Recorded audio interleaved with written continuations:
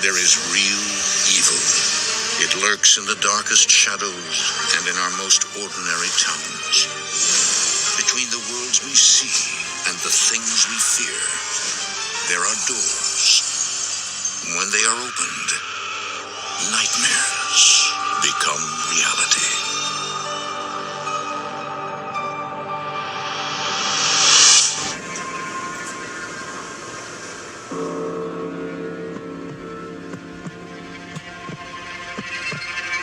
This happened maybe 8 or 9 months after I moved into my first house. I was 24 at the time, fresh out of college with a decent job. All you need to know about the house is that it had a very spacious basement that I mostly used for storage. The previous owners had partitioned it into these separate rooms using plywood and exposed framing. There was the main area at the bottom of the stairs, then a laundry section, then what I think was supposed to be a workshop, and then this weird back room that was mostly just storage. It had kind of a maze-like quality to it.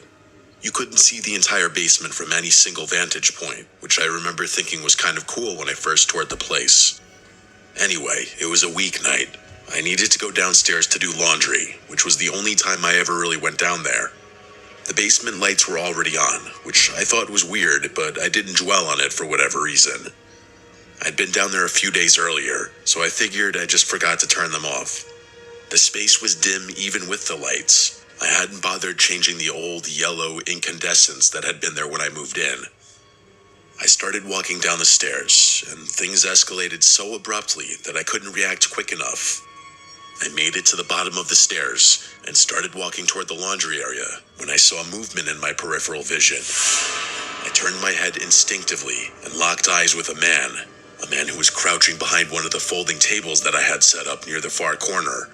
It was so unsettling that I almost dropped the basket. My brain refused to register what I was seeing. There was literally a stranger hiding in my basement. I couldn't move. All I could do was stare at this intruder who was now staring back at me, and it was not a pleasant stare. He looked like he had just crawled out of a sewer or something, and then he stood up and ran. Not at me though, further into the basement toward the partitioned rooms in the back. That snapped me out of my fear-induced haze, and I started moving backwards toward the basement stairs. But I must have wasted too much time, because before I could reach the stairs, all the lights in the basement went out. Until that moment, I had never been down there with the lights off. I hadn't anticipated how dark it would be. It was fully pitch black down there, complete and utter darkness. I mistakenly assumed I knew my own house, so I kept moving toward the stairs, but I must have misjudged something, because I tripped and fell to the floor. By the time I got up, I was completely disoriented. The chaos and fear of the situation was overwhelming my brain, and I couldn't think. My phone was sitting on the counter upstairs, so it's not like I could just reach in my pocket and turn on the flashlight. I started screaming like a lunatic, thinking that might scare off whoever had broken into my house. But actually, that strategy must have energized them, because I started hearing screaming coming from the other side of the basement. It was terrifying. I was screaming into the darkness, trying to seem like I was crazy, and someone on the other side of the room was doing the same exact thing, and his screaming was much more intimidating than mine. He legitimately sounded like a murderer. I stopped screaming, and he followed suit. I started navigating around the basement purely by touch. I had no other choice, and I started hearing movement behind me. He must have been doing the same. The sounds were getting closer, and amidst the horror of everything, I couldn't help but get the sense that he knew my own basement better than I did. I knew I was getting closer to the stairs, but that basement is massive. I started hearing breathing coming from somewhere behind me, and I genuinely thought he was going to catch me. After what felt like an eternity, I felt the wooden base of the staircase. I grabbed the railing and started running up the stairs, but before I could even hit the second step, something grabbed my ankle and I lost my grip. My head struck the railing and I fell all the way down to the basement floor. I still couldn't see the guy, but he was dragging me away from the stairs with what genuinely felt like inhuman strength. I kicked and thrashed my legs with all my might and miraculously connected with something. The strike was just strong enough for him to lose his grip, and I twisted and twisted until I escaped his grasp. I started running back towards the stairs in the dark, and he started screaming again. but I found them before he could catch me. I made it to the top in the dark, burst through the door, and slammed it shut behind me. The nightmare was far from over, though. That door doesn't have a lock, so I had no choice but to press my weight against it and hope I was strong enough to keep him out. Just as I suspected, I heard footsteps pounding up the basement stairs mere seconds later, followed by a huge crash against the door. The door swung open for a terrifying second, and it took everything in my power to push it closed. The first impact must have emboldened him, because he started repeatedly slamming into the door. I yanked off my socks and pushed against the door, knowing my life depended on it. I have no idea how he did make it through, but he eventually gave up. I heard footsteps crashing back down the basement stairs, and I immediately seized the opportunity to grab my phone. I ran over to the counter, grabbed it, and ran back to the basement door. With my back pressed against the door again, I called the police. When they finally arrived, that guy was gone. I kind of had a feeling. One of the basement windows had been forced open from the outside, and it didn't take a genius to figure out what happened. There was nothing missing or stolen, so one of the officers suggested that the intruder was probably using my basement as a place to live or hide. That hadn't crossed my mind, but it was somehow a worse thought than him simply wanting to rob the place. The other reason the police arrived at that theory was that the intruder somehow knew where the light switch was, which wasn't in the most obvious place. It made sense. I ended up moving out about 4 months after the incident. Thinking about this again has confirmed something for me. That guy was fully prepared to kill me that night, and if things had played out differently, he just might have.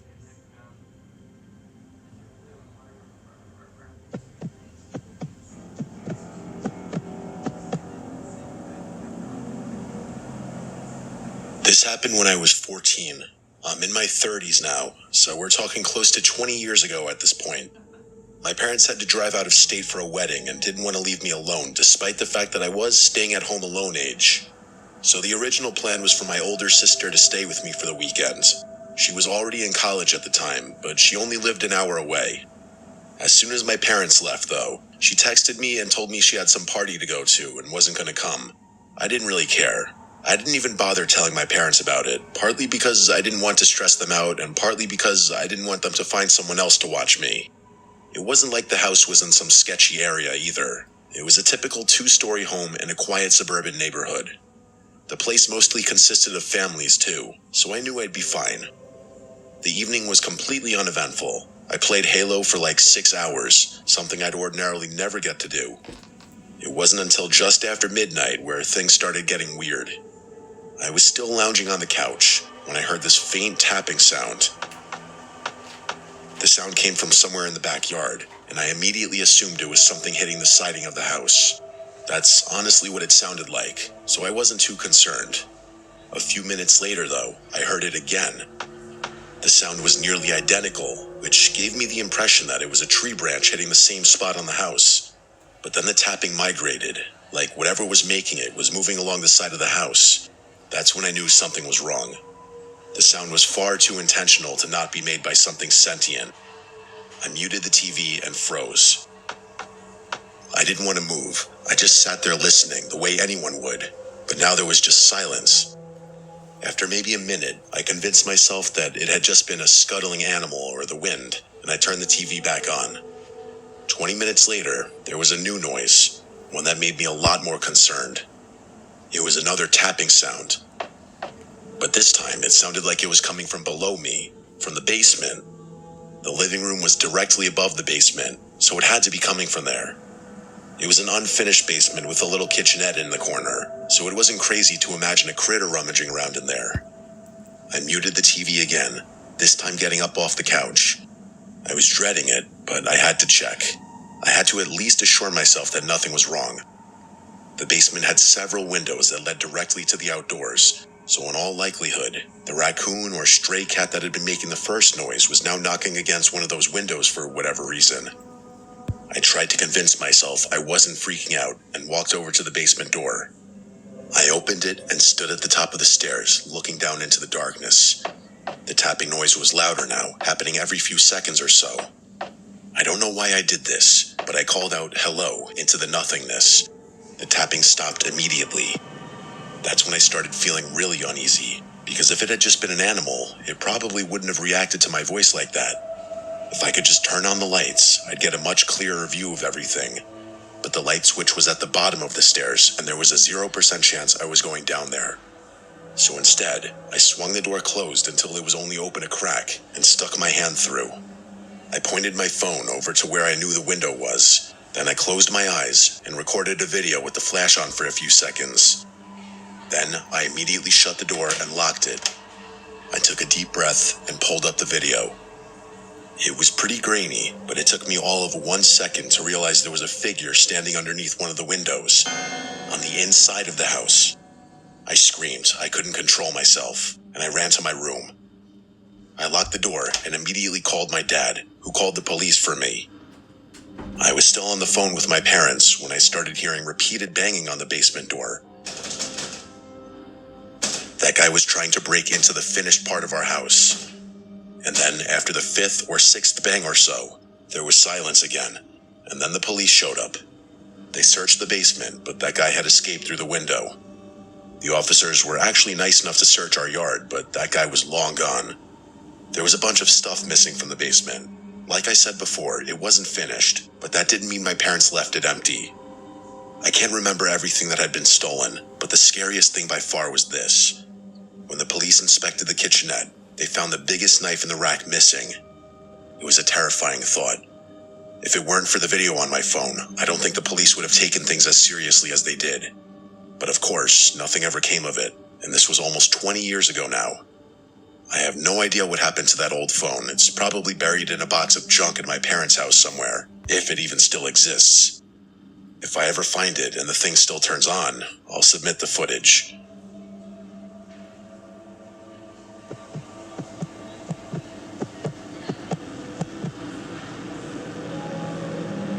This happened when I was 16, 4 years ago now. I grew up in this big suburban house that my parents bought before I was born. It's one of those places that looks normal from the outside, but has all these weird quirks once you're inside. The biggest quirk by far is the basement. It's easily the largest room in the house. My parents finished it years ago and turned it into this casual hangout space with a sectional couch, a decent TV, and a couple of storage rooms in the back. You'd think a space like that would get a lot of use, but my parents are the type who prefer the living room upstairs. So basically, the basement is essentially mine. The other thing you need to know about is my cat. His name is Rocky, and he's one of those annoyingly friendly cats that constantly needs attention. Because of that, my parents put him in the basement every night before they go to sleep so he doesn't bother them. Now here's where things get a little sketchy, and I'm just going to be honest about it because there's no point in pretending otherwise. The basement has this interior door that connects directly to the garage. It's technically supposed to be a convenience thing for bringing in groceries or whatever, but for me, it was a convenience thing for sneaking people in. Anyway, it was a Friday night when this went down. I remember that specifically because I had invited this girl Madeline over, which I wouldn't have done on a school night. I also remember assuming Rocky was already down there. It wasn't a conscious thought, more so an implied assumption. It was past the time when my parents usually put him down there, so I figured he was asleep somewhere in the back, as per usual. That's why I didn't freak out when I heard a noise from one of the storage rooms. It was this faint rustling sound, like something moving around in the boxes. To be completely honest, I feel like I was justified in keeping my cool because it sounded like the exact sound an energetic cat might make. Madeline obviously tensed up a little, but I explained to her that it was just my cat, and then we went back to pretending to watch whatever was on the TV.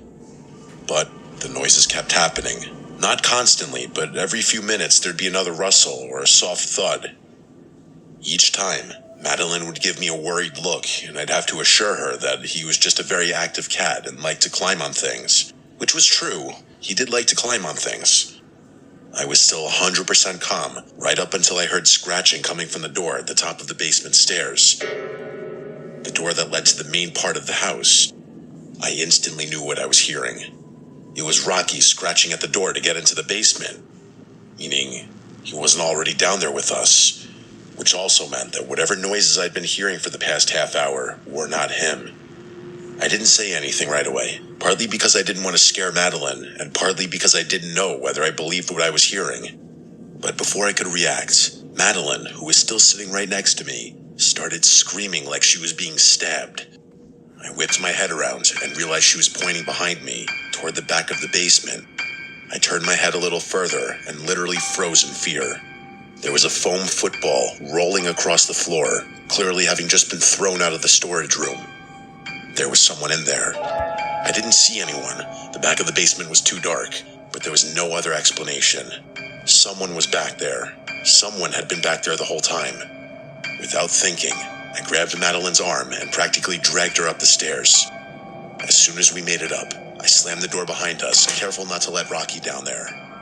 Things got really chaotic after that. Madeline was crying, which was the first issue, but I was also shaking. Until that moment, I didn't even know I could get that scared. My parents eventually realized what was going on and called the police, who showed up a few minutes later. I stood on the back deck and watched the garage the entire time to make sure the intruder didn't slip out from there. Here's where things got weird, though. The police ended up searching the entire basement, including the garage, but didn't find anyone. There were also no signs of forced entry, and all the basement windows were locked from the inside. One of the officers suggested the intruder must have slipped out through the garage before they arrived, but I know that's not possible. I was watching it the entire time. I would have seen them. But after searching the house, there was nothing else that the police could do. Of course, my parents also thought the intruder had slipped away without me realizing it, and I could tell they were upset. My dad especially. But I don't care what they think. I'm 100% certain that no one escaped through the garage. There's only one path from the garage to the outdoors, and I had my eyes on it the entire time. My family never got a resolution to all of this, and I still have no explanation for everything that happened.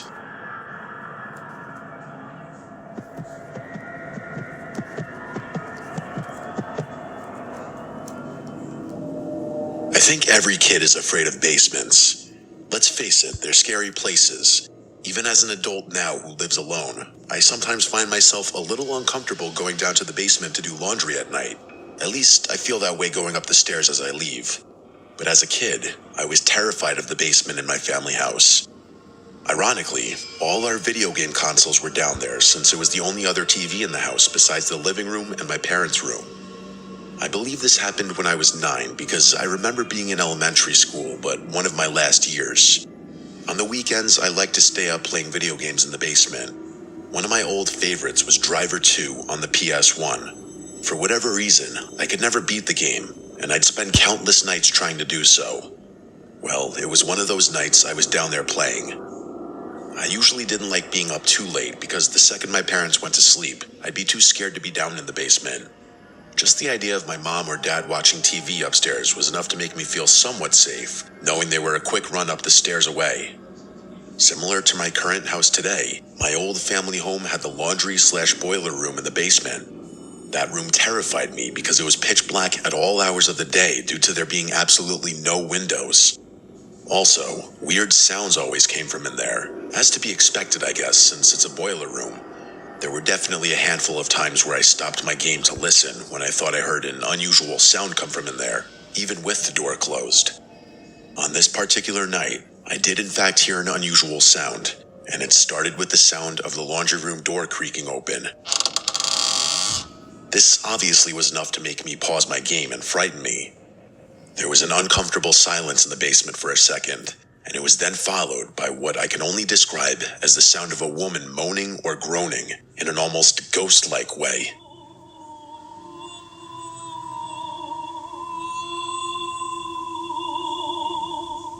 But it sounded like my mom's voice. In fact, I knew it was. I started laughing, and I'm sure I said something like, "Nice try, Mom," knowing she was trying to scare me, which, side note, looking back, even as a kid, I should have realized something was wrong, considering my mom has never been a goofy person that would pull this kind of prank. But I walked over to the laundry room with a little more confidence now, and as I was in front of the open doorway leading into the darkness, the groans had stopped by now. I looked straight into the pitch-black room ahead, and as I inched closer, the outline of a person standing in there became visible. "Mom?" I said, now with less confidence. When I got just close enough, I made the judgment that it was not my mom. I started screaming as I ran up the stairs to the living room, and my horrific judgment was right. There was my mom in the living room with my dad. At this point, they were both already standing up responding to my screams. I yelled there's a woman in the laundry room, and I remember they looked at each other, and then both ran down to the basement, slamming the door shut behind them. I sat confused, scared, but slightly relieved knowing my parents were down there now. I remember being in the living room for a long time before my mom came upstairs and told me to go to my room and go to sleep. I didn't ask questions and obeyed. I had a hard time falling asleep that night, I'm sure, but I remember the next morning. My parents told me they had one of their friends prank me to scare me, and they treated it like it was one big joke. I don't fully remember how much I believed it or not, but I for sure asked them to elaborate on who it was. My mom said it was one of her friends from out of state who was visiting. I didn't question it, but as I got older, the name Debbie was seemingly accidentally dropped by my parents a few times, and whenever I'd ask who Debbie is, they'd have a different response. When I was maybe 14, I thought back one day on this night and decided to do a deep dive. I found a family tree type of website and admittedly stole my dad's credit card from his wallet momentarily to pay for the service, then slipped it back in the wallet. I inputted both my parents' names. Among a few familiar names and a bunch of names I didn't recognize, what instantly stood out was that my mom had a sister named Debbie. So I Googled Debbie, followed by my mom's maiden name, and up popped an obituary. She was dead. I ran to grab my parents to show them what I found on the screen, and I demanded they explain. I remember their shocked and nervous looks on their faces still. "Tell him," my dad said to my mom. My mom then dropped the bomb on me that I had a very mentally unstable aunt who harmed a lot of people, and it was for the best that she was always kept away from me growing up. Debbie had allegedly broken into or snuck into the house without my parents knowing. I had so many questions and demanded answers, but there was little more that they would tell me. They swore they had my best interests at heart. Over the years, I'd occasionally bring it up, but they'd always shut it down and tell me to drop it. I never learned what they meant by "she harmed a lot of people," but I have some theories.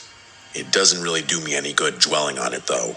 It makes me kind of nervous to think about it. What else were my parents hiding? What happened to Debbie? Why was she in the basement? I wondered a few times if my parents were hiding her down there after she had done something horrible, but that wouldn't make much sense because I don't think they'd let me down there in the basement then. I guess some questions are better left unanswered.